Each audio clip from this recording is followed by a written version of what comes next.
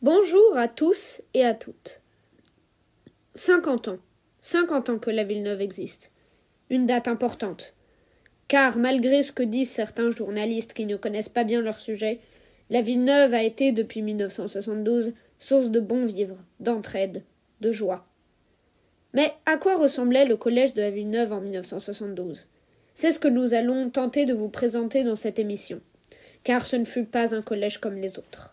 Pour commencer, écoutons quelques témoignages.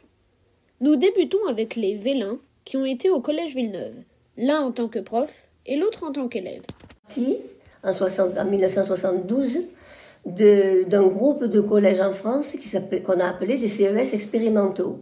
C'était des collèges qui essayaient de mettre en place une pédagogie un peu différente.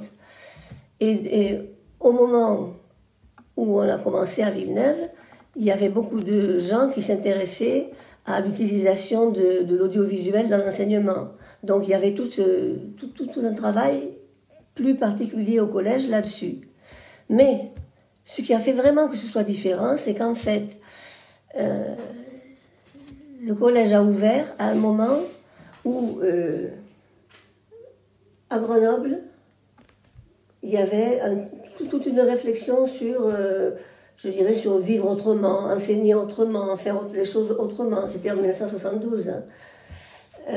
Donc, les profs qui ont été nommés dans ce collège sont venus par choix. C'est pas l'Éducation nationale qui les a nommés à cet endroit. Il y a eu ce qu'on appelle un appel d'offres, et des gens comme moi ont dit ça nous intéresse, on veut venir. Et donc, on a été une trentaine de profs au départ.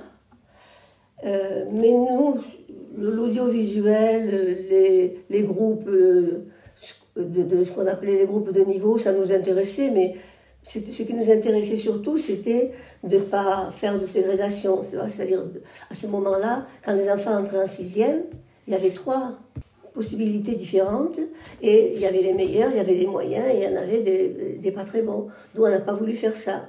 On a mis tous les élèves ensemble. Tu vois, par exemple, donc on a vu comme ça un certain nombre d'idées, de projets. On avait envie aussi que les profs aient un peu de pouvoir sur ce qui se décide dans un collège, et que les élèves aussi. Quelque chose qui nous a beaucoup aidé, c'est que on a eu des heures de temps attribuées à ça, pendant lesquelles on se rencontrait, les profs, on discutait, et on a eu des chefs d'établissement qui ont laissé,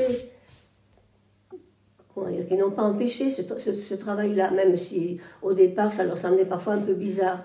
Donc je dirais qu'on a inventé, entre guillemets, petitement, mais on a inventé beaucoup de choses. Eh bien, alors les spécificités, le côté un peu extraordinaire de ce collège, il se voyait aussi dans son architecture. Les classes avaient des formes hexagonales. Donc ça, c'est un détail en fait, hein, mais les tables aussi, tout le mobilier permettait en fait de faire c'était des tables en forme de trapèze qui permettaient de faire des cercles, qui permettaient de s'assembler en hexagone, qui permettaient de faire des trucs un peu longs. Bon, enfin, c'est pour dire que c'était pas seulement au niveau pédagogique qu'il y avait des choses un peu particulières. On travaillait pas, il n'y avait pas de cours magistraux, pratiquement pas. Et chaque élève on travaillait chacun à son rythme, avec des fiches de travail. On en avait un certain nombre à exécuter pendant l'année, avec différents thèmes, etc. Donc il y avait des élèves qui travaillaient sur leurs fiches de façon très autonome, et il y en avait d'autres qui avaient plus de problèmes, et l'enseignant était à leur disposition pour les aider de façon personnelle. Donc en maths, ils ont décidé de faire comme ça, mais nous, par exemple, en français, ça nous paraissait pas souhaitable de travailler de cette manière-là, donc on a fait autrement, tu vois.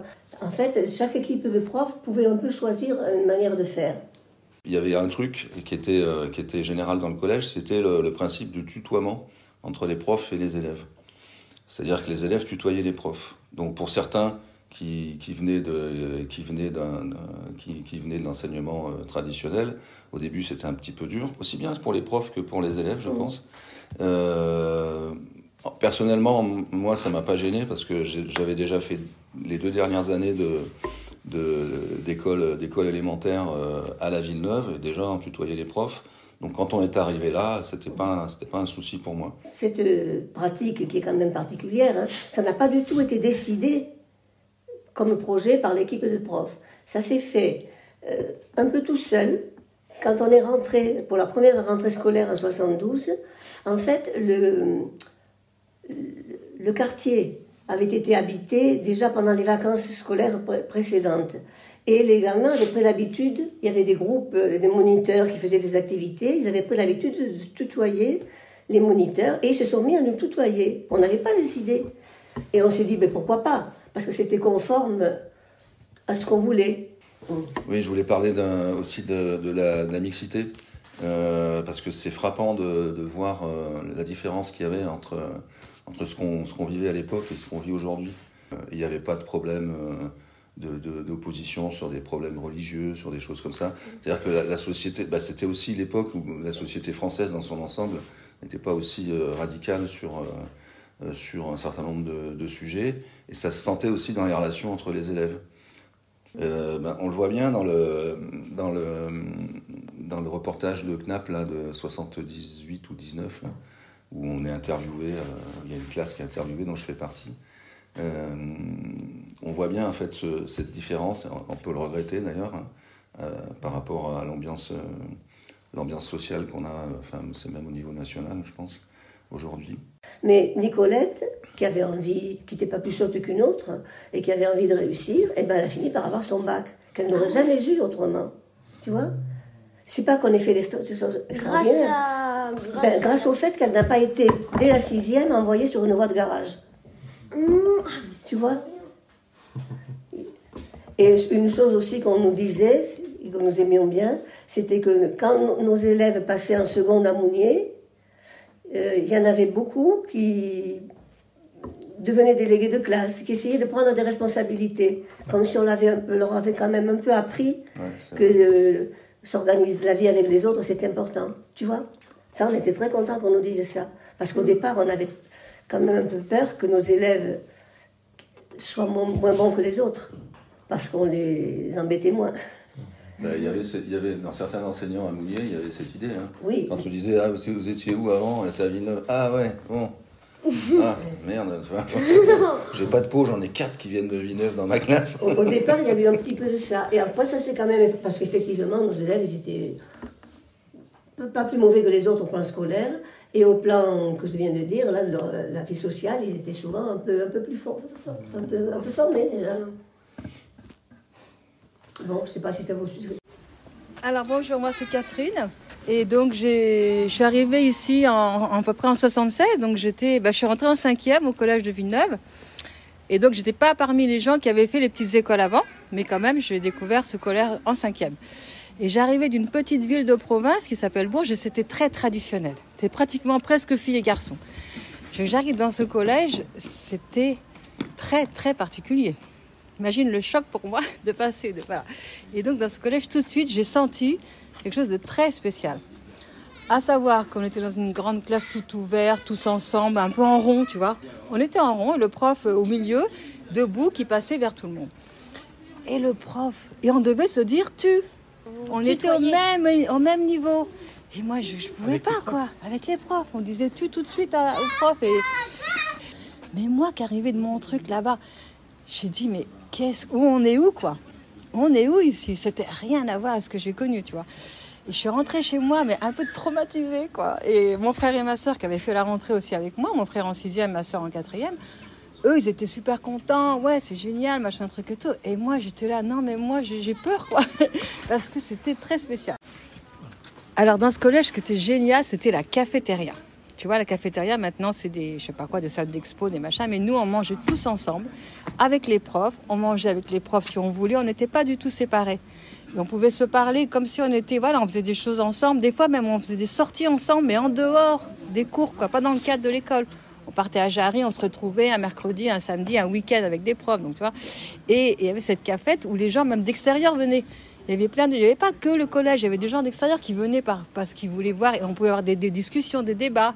Et même un jour, il y a eu une chanson de Georges Brassens, dont je ne dirai pas les paroles parce que c'était carrément osé, mais j'avoue que je dis, waouh, quand même ici, c'est très ouvert.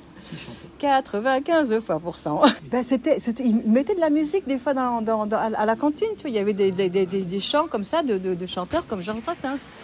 Alors, faut voir que oui, des disques, des cassettes à l'époque, voilà, en mangeant, on pouvait écouter des cassettes. Donc c'était assez étonnant, quoi. Voilà. Et puis alors, je peux vous dire qu'il y a des gens qui auraient vraiment aimé venir. J'ai un ami, là, il aurait rêvé de mettre ses enfants, mais il n'a pas eu la dérogation. Donc à l'époque, on voulait venir à Villeneuve, c'était très coté, très demandé, parce que c'était une expérience et ça nous apportait énormément. Alors tu vois, aujourd'hui, c'est le contraire, quoi. On demande des dérogations pour partir, mais à l'époque, on n'arrivait pas à venir. Donc voilà, la différence, voilà. Et c'était vraiment des belles années, quoi. Moi, ça m'a beaucoup aidé parce que j'ai fait toujours du théâtre, de la photo, de la danse. Au marché, on s'interviewait les uns les autres, tu vois, on était à les conseils de classe, tous ensemble. C'était étonnant, quoi. C'était étonnant. Bonjour, je suis Véronique Bernard, ex-Véronique Caron, à l'époque du collège Villeneuve. Donc j'y étais en 1974, de la 6e à la 3e. Donc moi, ce qui m'a plu, ce collège, c'est qu'on n'avait pas de grillage pour sortir du collège. On pouvait aller à la boulangerie chercher des petits bonbons ou aller chez la copine, vite aller chercher un petit truc. Donc moi, c'est des souvenirs inoubliables. On avait des fiches et on travaillait tout seul. On s'auto-corrigeait tout seul et on avait le prof qui était là, qui était derrière, qui était à l'écoute. C'était vraiment une relation superbe, quoi. Oui, alors j'ai un autre nouveau souvenir, un joli souvenir.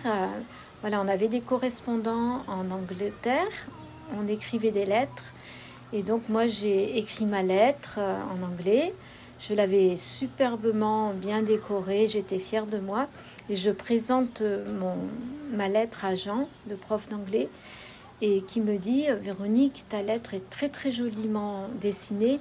Mais ton texte, il y a des lacunes au niveau de ton texte. » Et moi, ce que j'avais retenu de ça, c'est qu'il avait remarqué que j'avais bien dessiné, que j'avais mis tout mon cœur là-dedans et qu'il ne m'a pas pointé du doigt sur mes erreurs d'anglais. Voilà. Eh ben bonjour, c'est moi Hamouda, le primeur de la Villeneuve. Je suis là depuis, je fais depuis très jeune, de l'âge de 15 ans à peu près. Et j'étais au collège de la Villeneuve, dans le patio. Et bon, on a grandi là-bas. Il y avait même la cantine, en parlant de la cantine. On allait manger à la cantine et on se mélangeait à tout le monde. Tout le monde venait, c'était pas réservé que pour nous. C'était pour les profs, les gens qui travaillaient dans le patio. Bon, je m'appelle Noura. J'étais en tant qu'élève au collège Villeneuve. Entre la 5e et la 3e. Je suis arrivée, j'avais fait ma 6e dans un collège traditionnel à Domaine.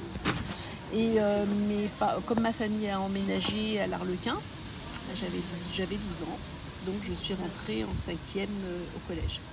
Donc, pas du tout, je ne savais pas où j'allais, je ne savais pas du tout ce que c'était ce collège expérimental.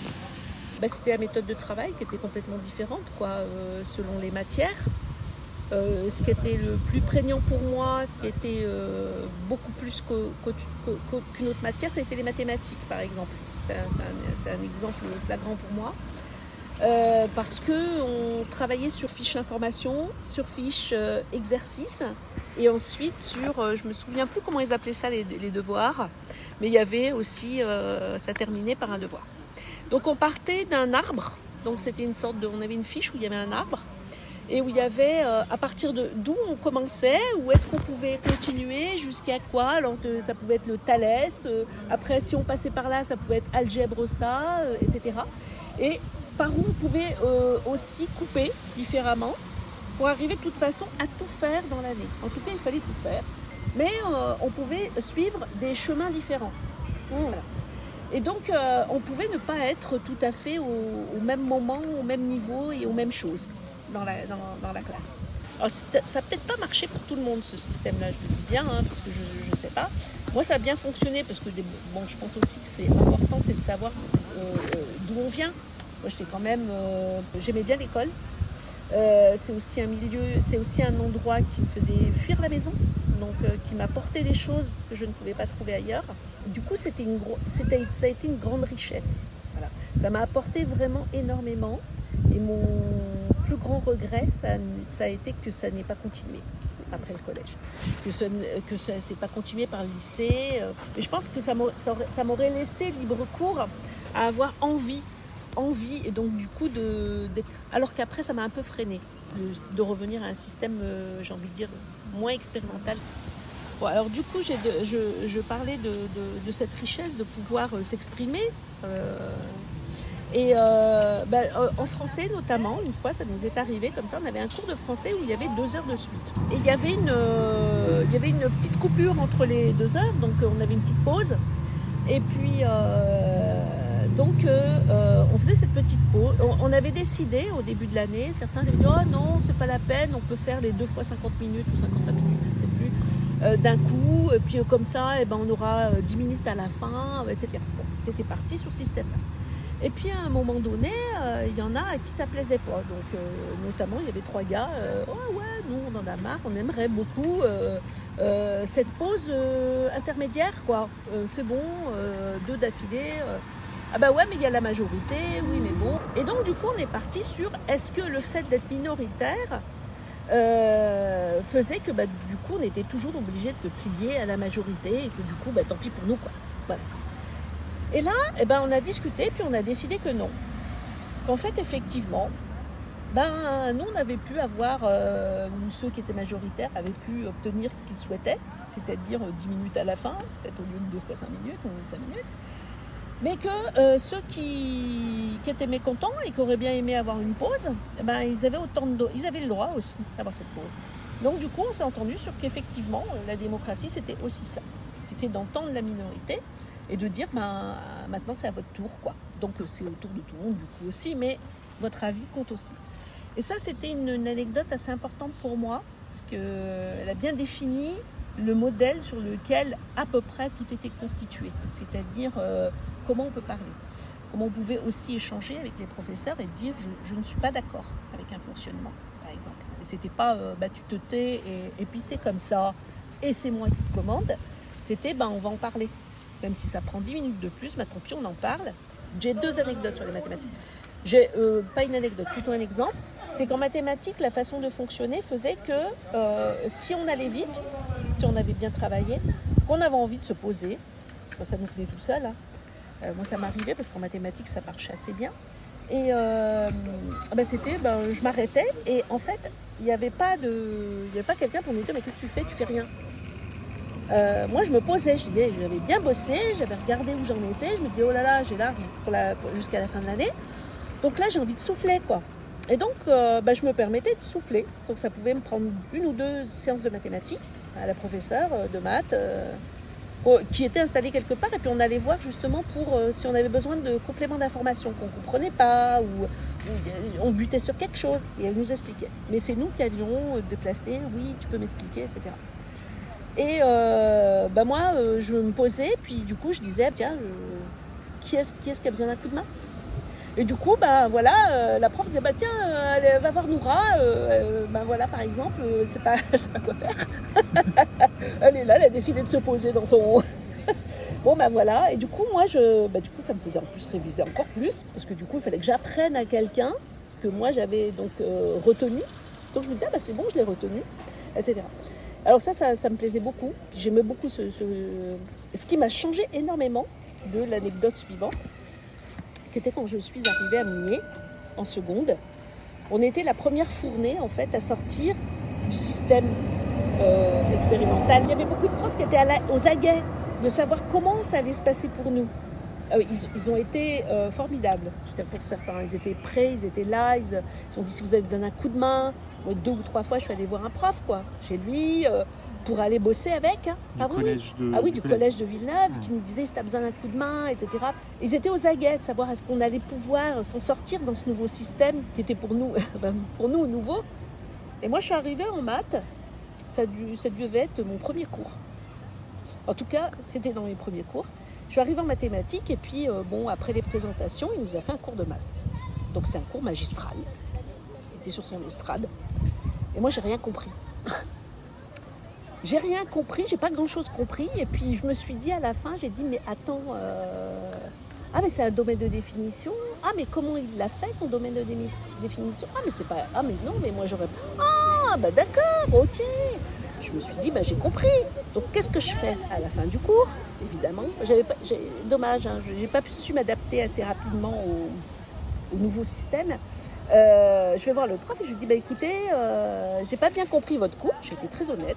J'ai pas bien compris votre cours dès le départ. J'ai mis du temps. Mais en fait, j'ai compris. Et puis je lui dis, mais je comprends pas pourquoi vous l'avez expliqué comme ça, votre domaine de définition. Moi, j'aurais fait comme ça. Et je lui montre au tableau ce que moi, j'aurais fait. En disant, mais comme ça, et du coup, j'ai compris que c'était ça. Mais j'ai pas compris au début. Et là, il m'a regardé.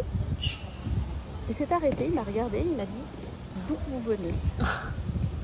Je lui ai dit, du collège Villeneuve. Et il m'a dit, ah, je comprends. Et à partir de ce moment-là, je me suis fait saquer toute l'année par ce prof. Il a fallu que je négocie tous mes devoirs, jusqu'à la fin de l'année. Et c'est lui qui avait d'ailleurs freiné ma suite pour la première, mais en fait j'ai quand même réussi à passer outre son truc. J'ai dit que c'était pas parce que j'avais d'autres très bonnes notes et que la fin d'année j'ai eu des A avec lui parce que c'était tout sur un programme que je connaissais super bien. Et voilà, c'est pour dire, l'anecdote, c'était, on était visés, ceux qui venions de Villeneuve, si on l'ouvrait, quoi, si on parlait, sans être impoli, hein, du tout. Je veux dire juste un mot sur le voyage que vous aviez organisé.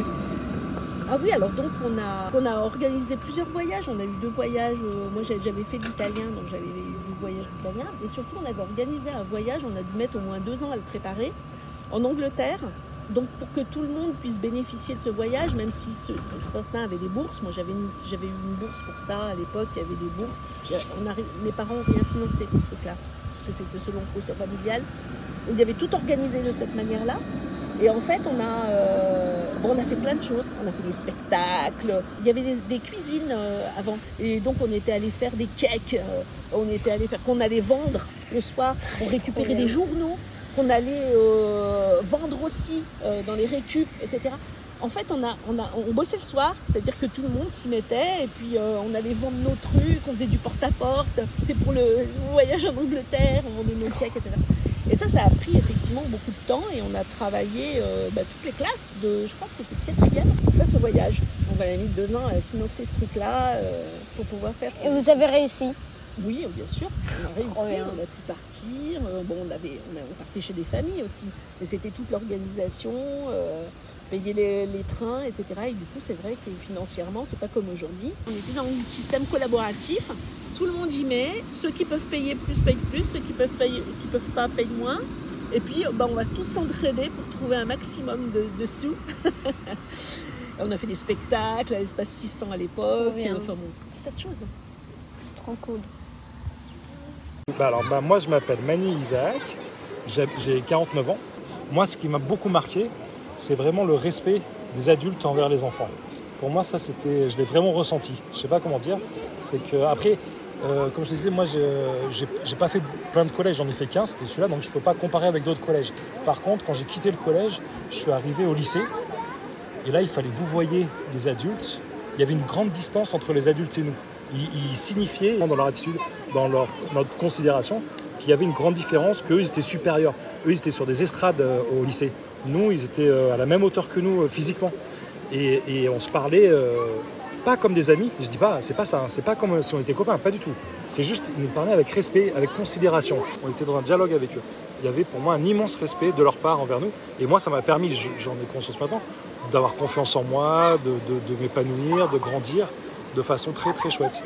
Et j'ai mis du temps à le comprendre. C'est plus tard quand j'ai croisé le monde extérieur, où je me suis rendu compte que dans le monde, à plein de moments, les adultes, quand on est enfant, ils te rabaissent, ils te laissent à ta place d'enfant, ils se considèrent supérieurs à toi. Et au collège Villeneuve, j'ai pas de souvenir de gens qui me considéraient différemment que leur égal. Et une autre image marquante que j'ai, c'est un jour notre prof de français qui était un très bon prof de français. Il y en avait un dans la classe qui était un peu difficile, je sais pas comment dire, qui était un peu un caïdou, qui était un copain, moi j'aimais bien aussi, mais qui faisait un peu casse à tête. Et vraiment, il a mal parlé, il a parlé de façon irrespectueuse à notre prof de français, Jean-Paul Cholat, je me souviens encore de ce nom. Et Jean-Paul, il lui a donné une claque. Et pour nous, ça nous a tous... Jamais un adulte avait touché un enfant, tu vois. Du coup, pour nous, ça nous a tous fait très bizarre. Mais sauf que dans la classe, personne n'a rien dit parce qu'on trouvait que c'était justifié. Parce qu'on trouvait que, je me souviens plus, ce copain, il était allé trop loin et qu'il avait mis à bout Jean-Paul. Et que du coup, pour nous, il y avait quelque chose de légitime dans cette claque. Et personne n'a rien dit, personne ne l'a défendu. Alors qu'avant, d'habitude, dès qu'il y en a un qui a un problème, tous, on était solidaires, on faisait machin. Là, on l'a laissé gérer. Et Jean-Paul, il a expliqué, il s'est excusé. Il a expliqué son acte en le regrettant. Mais il a dit, là, t'es allé trop loin. Et après, le copain, il s'est tenu à carreau tout du long. Et moi, ce que j'ai trouvé super dans cet acte, c'est que Jean-Paul, il en a parlé, il a dit, tu vois, il n'a pas fait. On a tous accepté qu'à un moment donné, un adulte pouvait être défaillant. C'est pas la claque qui me marque, c'est comment cet acte, ce qui s'est passé, a été géré collectivement entre l'adulte et les enfants. Au lycée, on avait une prof de français qui nous demandait, quand elle entrait dans la classe, de se lever en se taisant, qu'elle vienne s'asseoir à sa table, et que c'est elle qui décidait à quel moment il fallait qu'il y ait un moment de silence dans la classe. Et que quand elle considérait qu'il y avait un moment de silence, elle nous demandait de s'asseoir et on pouvait commencer le cours. Et moi, au début, c'était impossible. Moi, le rapport à l'autorité, c'était impossible. Je dis, mais madame, vous êtes qui pour me demander ça? Je veux dire, c'est impossible. Et elle, c'était une vieille dame, mais qui avait beaucoup d'expérience, je pense. Et elle nous a expliqué calmement, pareil, comme notre prof de français, c'est une prof de français aussi.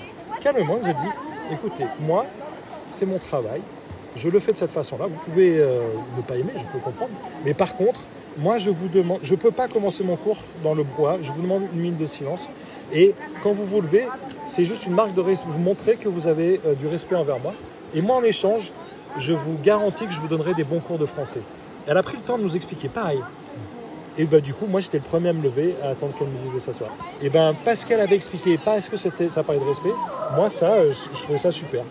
Quand tu arrivais au collège, justement, pour t'accompagner, il y avait les 4e, 3e qui t'aidaient. On avait 1 heure par semaine, en tant que 6e ou 5e, où on avait un élève du collège de 3e ou 4e qui était notre binôme. Et ça, moi, ça m'avait marqué parce que quand j'étais en 6e, 5e, du coup, j'ai un grand du collège que je connaissais, avec qui j'avais une relation privilégiée. Et quand j'avais des problèmes, je pouvais aller le voir. Il était en lien aussi avec les autres grands, donc voilà.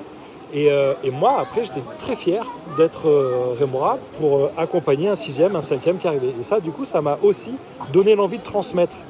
Tu vois, donner l'envie de dire, écoute, on t'accueille et on est content de t'accueillir dans ce monde-là. Et je vais t'expliquer un peu les règles de fonctionnement d'ici.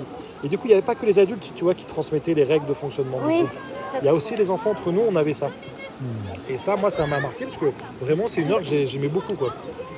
Et on pouvait tout faire. C'était 1 heure par semaine? Moi, c'est mon souvenir. Après, il faudrait vérifier pour de vrai. Je ne sais pas, c'était 1 heure tous les 15 jours. Et on pouvait tout faire. On pouvait discuter, on était libre. Aider à faire ses devoirs.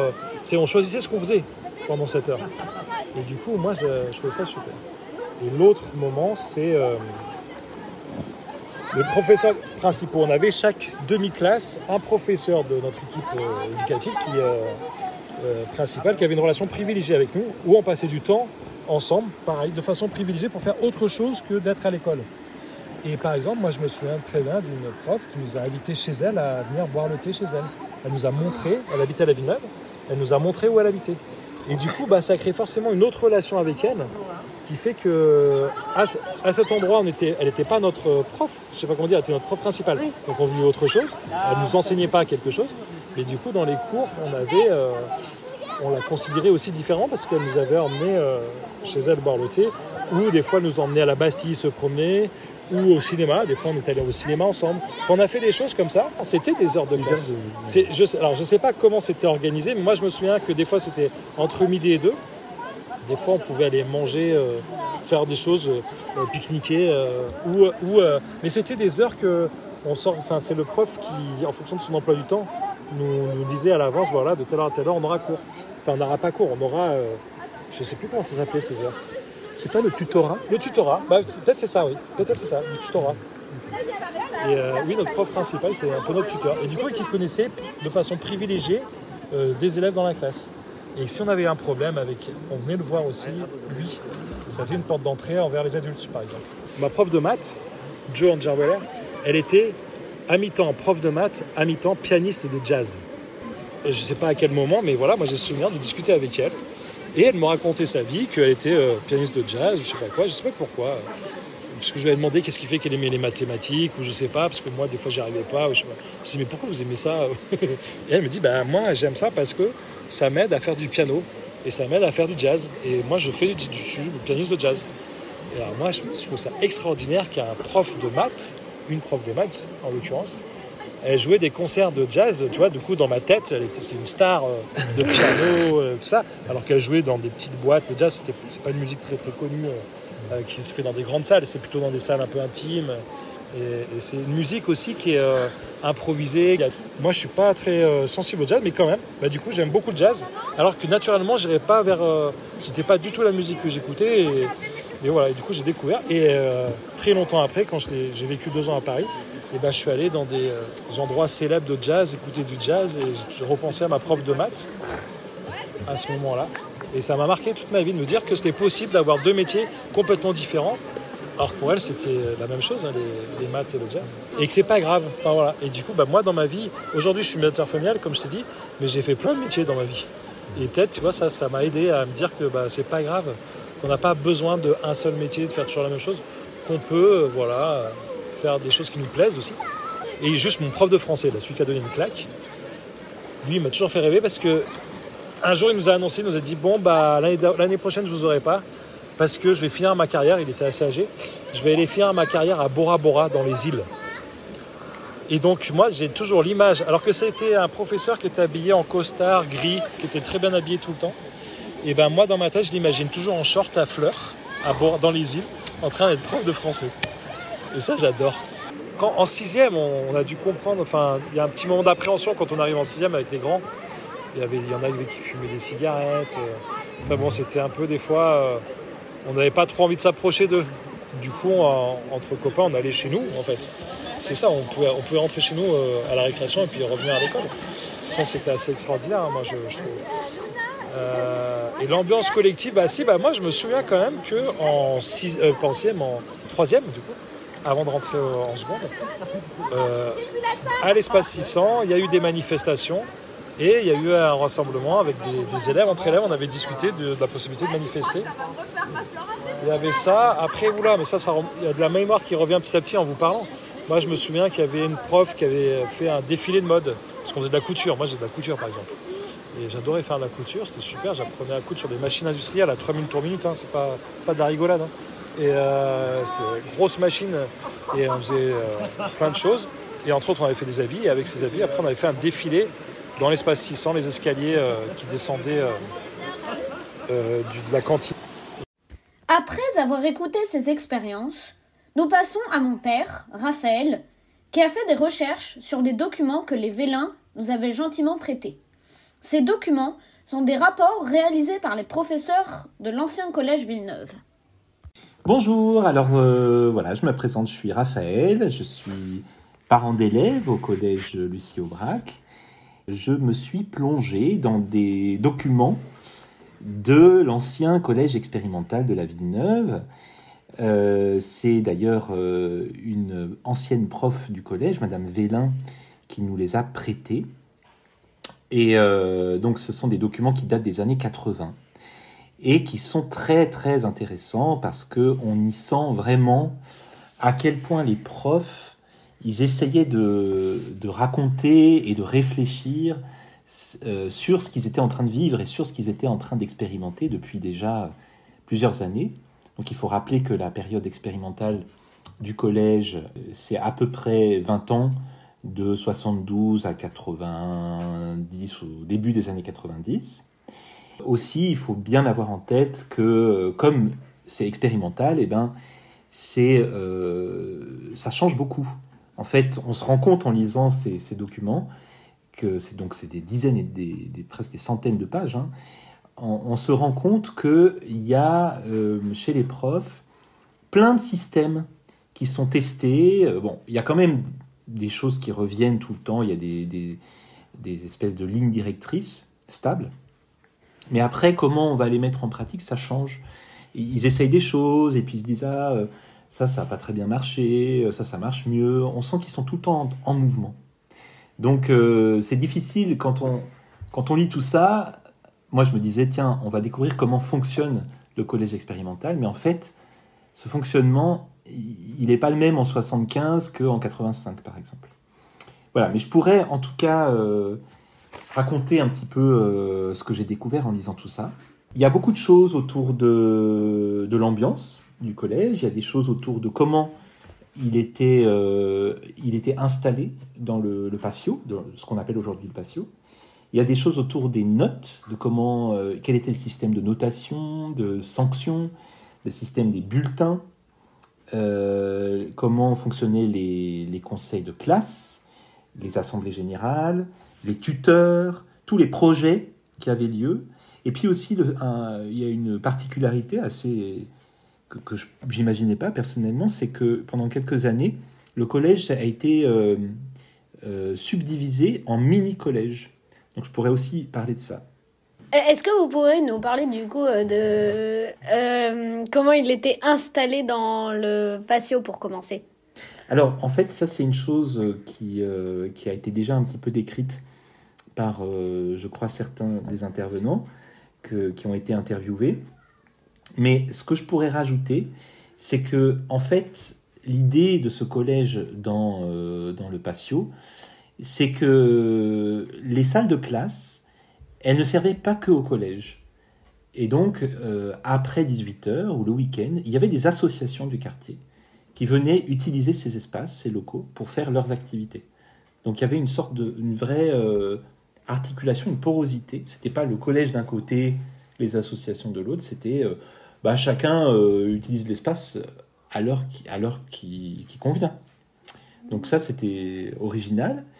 Après, une autre chose importante, c'est évidemment qu'il n'y avait pas de grille. Donc le collège n'était pas fermé sur le parc, sur l'extérieur.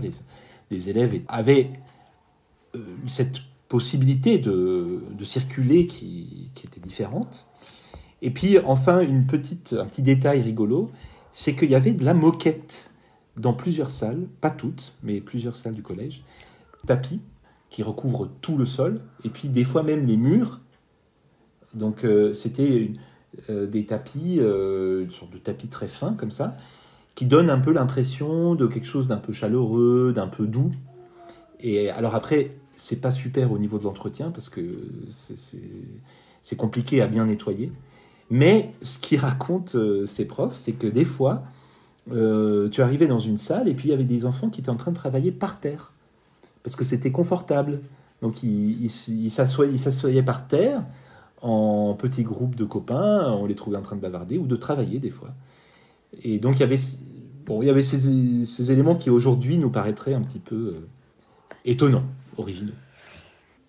Plus dans les méthodes d'enseignement maintenant, qu'est-ce qu'on pourrait dire qui changeait vraiment par rapport à un collège normal de nos jours ? Alors, pour te répondre, je vais reprendre un de mes documents là qui est vraiment intéressant parce que justement, entre personnels du collège, à un moment, ils se sont posé cette question. C'était, je crois, en 84, ça date de 84. Ils font un sondage à l'intérieur du collège et ils demandent aux adultes et aux enfants, donc la question précisément, c'est on dit parfois que la vie au collège Villeneuve est différente de ce qu'elle est dans un autre établissement. Le pensez-vous ? Si oui, en quoi ?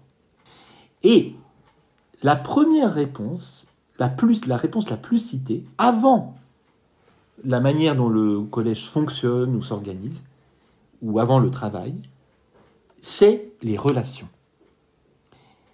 Les relations plus humaines, plus libres. Et donc c'est rigolo parce que des fois, ils posent la question au professeur, qu'est-ce qui vous plaît le plus ? Et la première réponse, celle qui revient le plus souvent, c'est les relations avec les élèves. Et ils posent la même question aux élèves. Et la première réponse qui revient, c'est les relations avec les profs. Donc, c'est intéressant parce que... Alors, oui, voilà, je continue à lire les résultats de leur sondage. Ils disent, certains personnels parlent d'une ambiance sympa, des bons rapports avec les élèves, de la confiance. Il y a une sorte d'ambiance comme ça, générale de confiance. Et alors, il faut savoir que on se trouvait à l'époque dans une atmosphère aussi particulière dans le quartier. Et le collège est né en 71 d'une charte, enfin en tout cas il y avait une charte qui accompagnait la naissance du collège, qui disait des choses assez étonnantes. Donc je lis des extraits de la charte. C'est « Le projet de la ville neuve de Grenoble se caractérise par une volonté de transformer les rapports humains dans la cité. » Donc, cela implique, dans le collège par exemple, l'établissement de relations basées sur le dialogue et le respect de l'enfant, excluant le rapport d'autorité sous ses différentes formes, arbitraires, paternalistes ou par personne interposée. Voilà, et puis d'autres choses un peu sur le même sujet.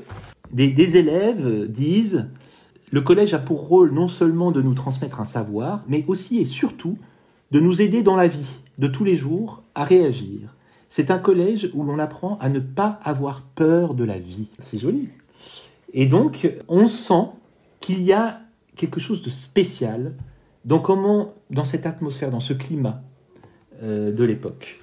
D'ailleurs, encore dans un autre document, on dit que les dialogues autour des bulletins, par exemple, s'inscrivent dans tout ce qu'ils appellent à l'époque le contexte Villeneuve, où les relations entre individus, malgré des statuts différents, etc., sont privilégiées.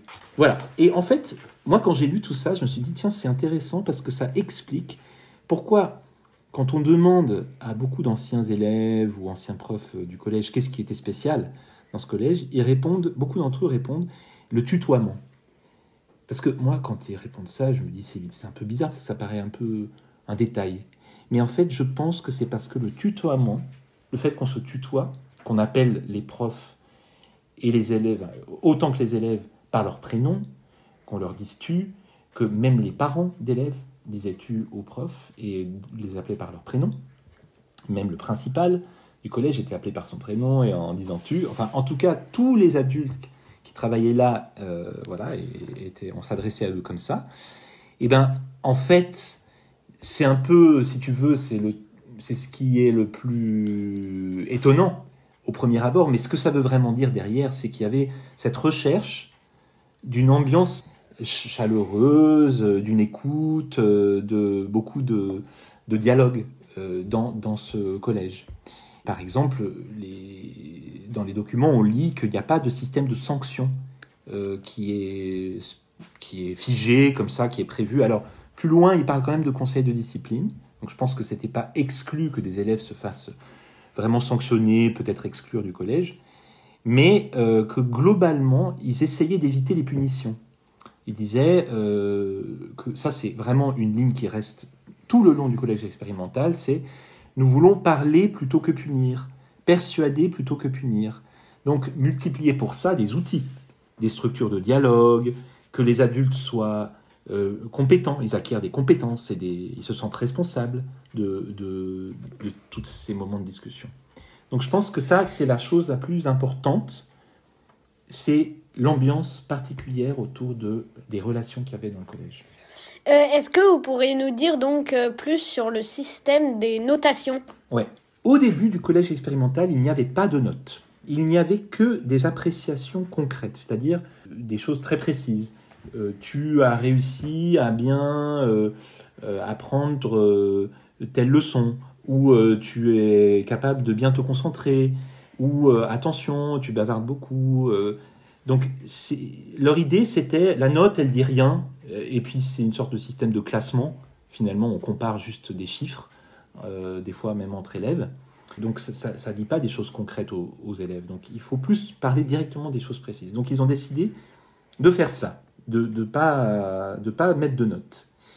Et après, ça a un peu changé. Dans les années 80, c'était un petit peu, chaque prof faisait comme il voulait. Il y avait certains profs qui mettaient des notes, mais ce n'était pas la majorité, ça restait une minorité. Et beaucoup de profs fonctionnaient avec l'auto-évaluation.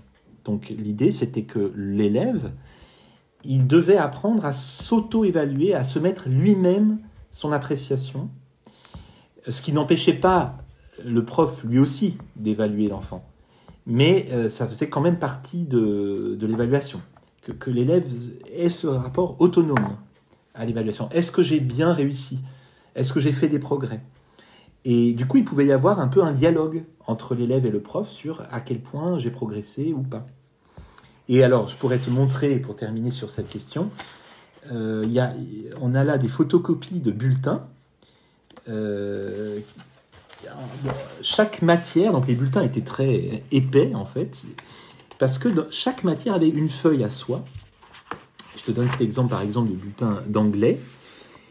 C'est très intéressant parce que il est découpé en plusieurs sous-thèmes, donc la compréhension de l'anglais, l'expression orale en anglais, l'expression écrite en anglais, les acquisitions, le comportement. Et à chaque fois, il y a 2 colonnes. Observation de l'élève, observation du prof. Donc le bulletin, il était rempli par les deux, l'élève et le prof. Et en tout cas, dans la plupart des matières, tu le retrouveras, il y a toujours cette place qui est donnée à l'élève pour que lui, il dise ce qu'il a pensé de son trimestre. On va s'appuyer là-dessus pour aller sur un autre thème. C'est que les bulletins, il y avait un moment rituel important, c'était la remise des bulletins. Parce que les bulletins n'étaient jamais envoyés par la poste. Il fallait que les parents ils se déplacent jusqu'au collège pour qu'ils prennent le bulletin de la main du prof principal. Alors en fait, à l'époque, déjà, il faut savoir que c'était pas... Le prof principal avait peut-être moins d'importance que ce qu'on appelait le tuteur. Chaque élève avait un tuteur. Ce tuteur, c'était pas un de ses profs. C'était un enseignant du collège, mais qui n'était pas un des profs de la classe.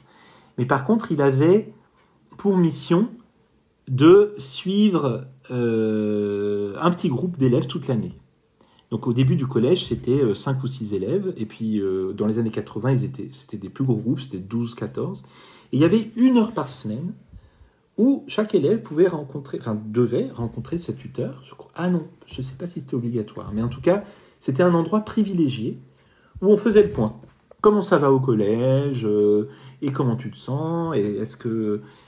Et là, c'était un moment de dialogue où il n'y avait pas d'enjeu de notation, de réussite et tout ça. C'était juste un moment pour parler de comment ça va. Et c'est ce tuteur qui s'occupait de dialoguer aussi avec les familles de ses enfants. Et c'était lui qui remettait les bulletins. Donc, la remise des bulletins, c'était un moment important où le tuteur, il recevait d'abord ensemble les familles de tous ses élèves, et puis après, il leur parlait individuellement en leur donnant le bulletin, puis en l'expliquant. Et puis souvent, ça se terminait avec un pot, ou alors la présentation d'un projet. Il faut savoir, à l'époque, il y avait beaucoup de fêtes dans le collège. Il y avait des fêtes de mini-collège, je vais en parler après. On fêtait les anniversaires. Pendant les heures de tutorat, tous les élèves, on leur fêtait leur anniversaire, le jour de leur anniversaire. On participait aux fêtes de quartier, par exemple le carnaval du quartier. Et puis il y avait plein d'autres occasions conviviales. Il y avait des pots pour Noël, évidemment entre profs aussi, il y avait des moments de convivialité. Voilà. Donc ça faisait aussi partie beaucoup du projet du collège, d'avoir beaucoup d'espaces comme ça, où on pouvait se retrouver et puis se rencontrer. Alors, un autre point intéressant de l'époque, c'est qu'il y avait des assemblées générales toutes les semaines, pendant 2 à 3 heures. Tous les adultes se réunissaient pour discuter de comment va le collège, prenaient des décisions et tout ça. Et ces assemblées générales étaient ouvertes aux parents. Tous les parents. Ils pouvaient venir, s'ils voulaient, participer à ces assemblées.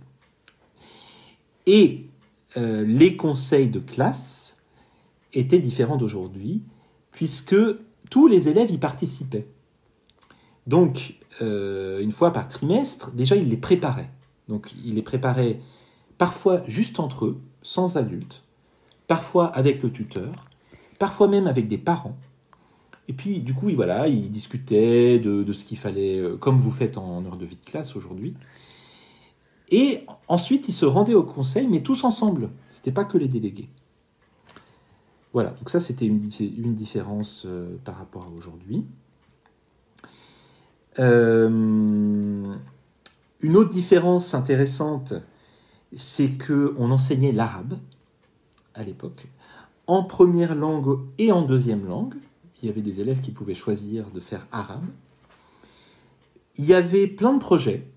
Par exemple, en 84, je crois, le collège a publié un recueil de nouvelles de collégiens. Ils ont écrit ensemble des nouvelles en cours de français, mais dans l'idée de faire un vrai livre et de le publier dans le quartier. Donc ça s'appelait Les Arlequineries. Voilà, le recueil de nouvelles du collège. Un autre projet très important dans un des mini-collèges, c'est la semaine interculturelle. Donc c'était une semaine entière où on fêtait le fait que les élèves du collège venaient de plein de pays différents. Donc il y avait des films, il y avait de la musique folklorique de ces différents pays. Évidemment, à la cantine, on faisait des plats de ces pays-là. Les parents étaient invités à participer. Et puis, à la fin de la semaine, il y avait une grande fête de toutes les nationalités. Et c'était une fête qui était souvent ouverte sur le quartier. Et tout le quartier pouvait participer. Il y avait aussi des ateliers intéressants en 6e. Pendant 15 jours, les 15 premiers jours de la classe de 6e, tous les élèves, la première et la dernière heure de la journée, ils avaient un moment pour discuter de comment c'est de passer de l'école primaire au collège et de commencer de s'organiser et de travailler en 6e avec différents profs, différentes salles, etc. Donc ils avaient vraiment un moment comme ça où ils pouvaient prendre conscience de ce changement et peut-être des difficultés qu'ils découvraient. Et ça durait 15 jours, et à la fin des 15 jours, s'il y avait vraiment des difficultés qui revenaient beaucoup, alors la classe, les profs mettaient en place des ateliers, ce qu'ils appelaient des ateliers méthodologiques, pour travailler avec les élèves sur ces difficultés d'organisation, de comment j'organise mon travail, etc. etc. Le dernier point, je pense que c'est intéressant de mentionner, c'est l'histoire des mini-collèges. Donc en 82, l'équipe enseignante a décidé de tenter une expérience qui a été de diviser, entre guillemets, le collège en mini-collèges. Donc il y avait 6 mini-collèges qui rassemblaient chacun une classe de chaque niveau. Une 6e, une 5e, une 4e, une 3e. Et les profs de chaque mini-collège, en fait, si tu veux, il y avait une équipe de profs par mini-collège. Ça arrivait qu'ils interviennent dans d'autres mini-collèges, mais la plupart du temps, ils restaient dans leur mini-collège. Ce qui veut dire qu'il y avait beaucoup de projets entre les disciplines, entre les matières. Parce que les profs formaient vraiment une petite équipe qui restait tout le temps avec les mêmes classes. Donc il y avait cette tentative qui avait l'air intéressante, en tout cas à l'époque où ces textes ont été écrits. Ça semblait, c'était plutôt positif. Et voilà, en tout cas, je trouve, ça donne un peu une idée des choses qu'ils ont essayées. Alors après, ce qui est un peu frustrant, c'est que dans ces documents qui sont assez volumineux, on ne sait pas vraiment pourquoi tout ça s'est arrêté et comment et quand. Donc, par contre, on a déjà des traces de critique et d'autocritique, c'est-à-dire qu'il y a quand même pas mal d'endroits où les profs disent « bon, ça, on a essayé, ça ne marche pas », ou alors on reçoit beaucoup de critiques, notamment des parents, etc., sur certains points. Et sur d'autres points, au contraire, ils disent « ah là, les parents, ils adorent, les élèves, ils sont super contents ». Mais c'est simplement pour dire, ils ne sont pas dans un truc un peu idéaliste, où tout est beau, c'est génial ce qu'on fait. Ils sont tout le temps en train de se questionner, on dirait, dans ces écrits, en disant « ouais, il faut faire attention, ça c'est intéressant ». C'est un peu des chercheurs. Ils sont comme dans un... Voilà, ils vivent une aventure où ils essayent de prendre du recul sur toutes ces expériences et de progresser. Merci pour votre écoute. Merci aux anciens du Collège Villeneuve de nous avoir livré leur récit. À nous de garder en mémoire cette expérimentation que je trouve moi-même très pertinente et qui sait, peut-être pour la reproduire un jour.